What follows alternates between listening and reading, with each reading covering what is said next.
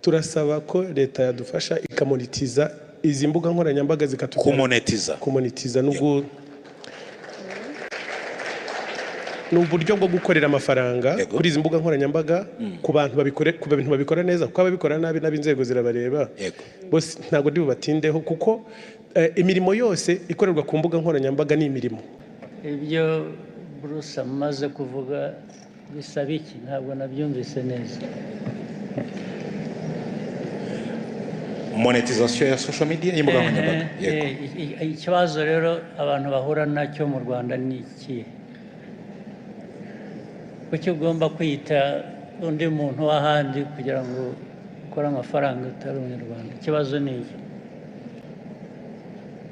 Niki ngo tugikemure?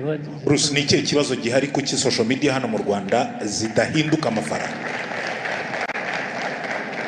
Uyu ni umwanya kuko n'urubyiruko hanze iki kintu kiri kuvugwa cyane. Murakoze nyakubahwa Perezida wa Repubulika. Kugira ngo umuntu akorere amafaranga ku mbuga nkoranyambaga hari ads, publicité zinyuraho. Izo publicité nizo dukuramo amafaranga. Byakemuka bite technically? Murakoze nyakubahwa Perezida wa Repubulika, nanjye ndi umwe mu bazikeneye cyane. Iki kiganiro kigeze kiba kuko ari ibintu biri tekiniko muri ICT. Tuza kujya mu kiganiro na Minisitiri w'Urubyiruko ndetse n'umukozi ukora muri Minisiteri y'Ikoranabuhanga.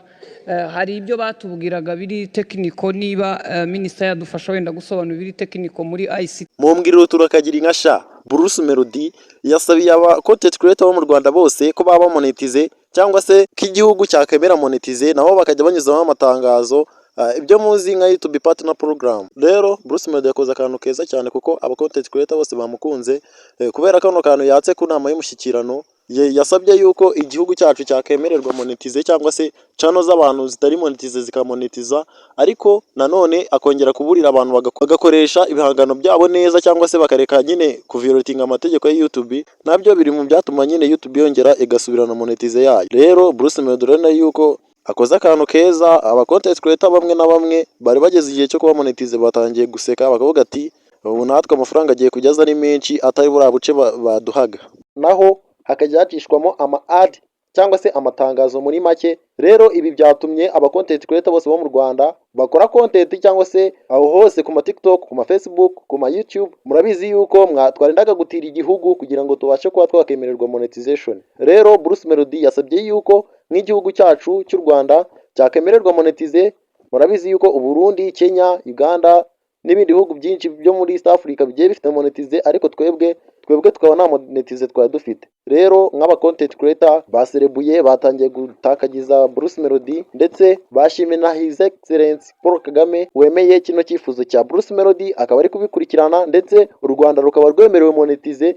Wowe mu content creator ubyemerewe cyangwa se wakoze monetize mu bindi bihugu, washatse wahindura bitarakunda ugashyira mu Rwanda kuko narwo rwabaye monetize. Rero njye babagezaho nyita Cedric, kora subscribe tugende tureba izindi update ziri kuba mu gihugu cyacu. Kandi ciao ibiganiro nakagaruka ni ku muvuduko wa 4G, urarangara gato urasigara.